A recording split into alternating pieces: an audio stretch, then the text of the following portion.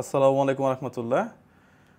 আন্দোলনকারীরা ডিবি হারুনুর রশিদ সাহেব তার সাথে একই টেবিলে খাবার খাচ্ছে এবং দ্বিতীয় যে বক্তব্যটা এটা যদি আমি একটু শোনাই। আচ্ছা, এটা লোড হচ্ছে, আমি একটু বক্তব্যটা শোনাই ছাত্রদের যারা আন্দোলন করতেছিল। হ্যাঁ, চলে আসবে মনে হয় এখনই। আসলে নেট অনেক স্লো, আমার মনে হয় যে নেটের গতিটাও বাড়ানো উচিত। কোটা সংস্কার আন্দোলন ও তার প্রেক্ষিতে উদ্ভূত পরিস্থিতিতে অনেকে অপ্রত্যাশিতভাবে আচ্ছা, আটকা পড়ে গেছে, আমি আরেকটু শোনাই, দাঁড়ান। এবং নিহত হয়েছে। তাছাড়া রাষ্ট্রীয় স্থাপনে অগ্নিসংযোগ সহ নানা সহিংস ঘটনা ঘটেছে। আমরা এই সকল অনাকাঙ্ক্ষিত ঘটনার তীব্র নিন্দা জানাই এবং সুষ্ঠু তদন্ত সাপেক্ষে দ্রুত বিচারের দাবি জানাচ্ছি। আমাদের প্রধান দাবি ছিল কোটার যৌক্তিক সংস্কার, যা ইতিমধ্যে সরকার পূরণ করেছেন। এখন শিক্ষার সুষ্ঠু পরিবেশ নিশ্চিত করার লক্ষ্যে দ্রুত শিক্ষা প্রতিষ্ঠান খুলে দেওয়ার জন্য সরকারের প্রতি জোর আহ্বান জানাই। সার্বিক স্বার্থে আমরা এই মুহূর্তে থেকে আমাদের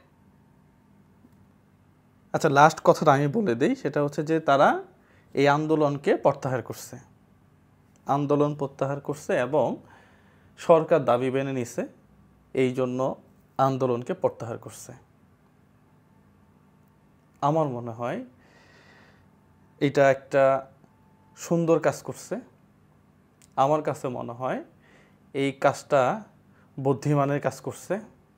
যেহেতু সরকার মেনে নিছে, এরপরেও এখন রাস্তায় থাকাটা বা আন্দোলনরত অবস্থায় থাকাটা এটা বোকামি হবে।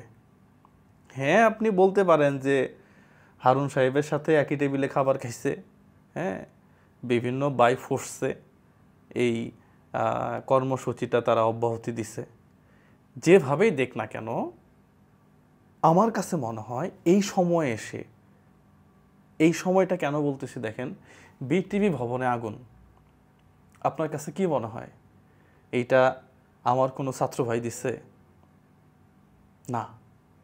মেট্রো রেল, হতে পারে আপনি প্রধানমন্ত্রীকে পছন্দ করেন না, হতে পারে আপনি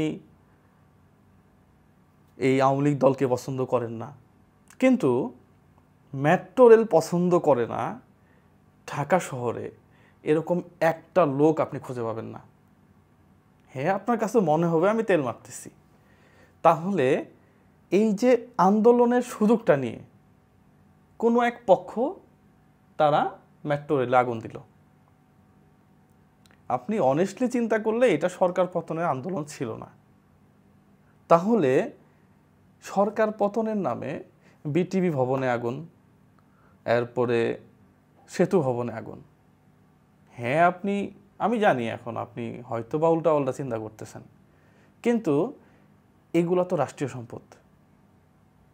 এই সম্পদগুলো নষ্ট করা আমার মনে হয় যে ঠিক হয় নাই।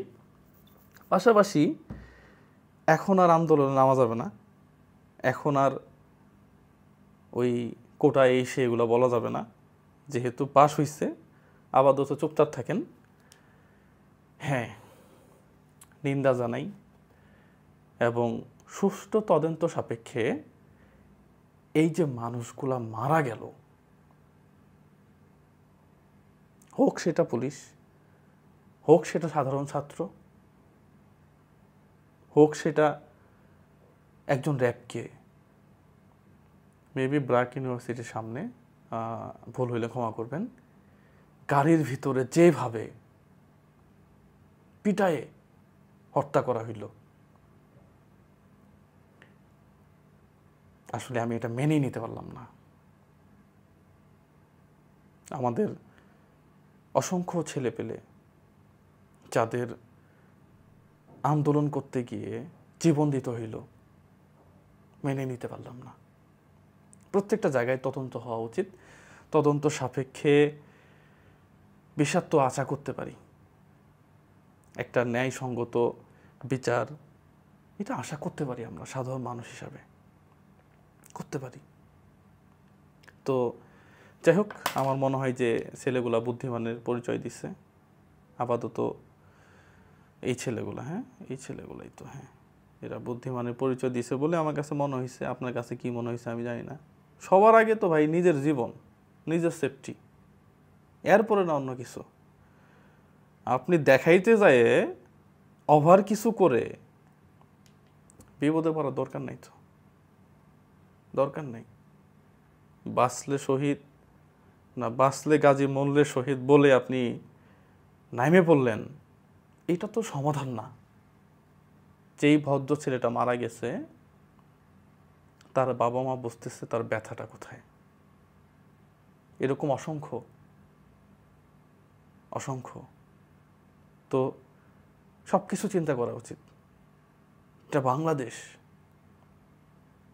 এটা বাংলাদেশ, এটা ইউরোপ আর আমেরিকা না যে আপনি প্রধানমন্ত্রীর বাসার সামনে যায় ব্যালট পেপার নিয়ে দাঁড়ায় থাকবেন যে না ঠিক আছে। এখানে আপনার আন্দোলনে আরেকজন সুযোগ নেবে, অথবা আপনি যৌক্তিক, সেখানেও দেখবেন যে আরেকজন বাই ফোর্স করতেছে। স্বাভাবিক এটা। যাই হোক, সবার জন্য শুভকামনা। এই আন্দোলন করতে গিয়ে যারা মৃত্যুবরণ করলো, আল্লাহ তাআলা প্রত্যেককেই জান্নাত নসিব করুক, শহীদের মর্যাদা দিক। আসসালামু আলাইকুম ওয়া রাহমাতুল্লাহ।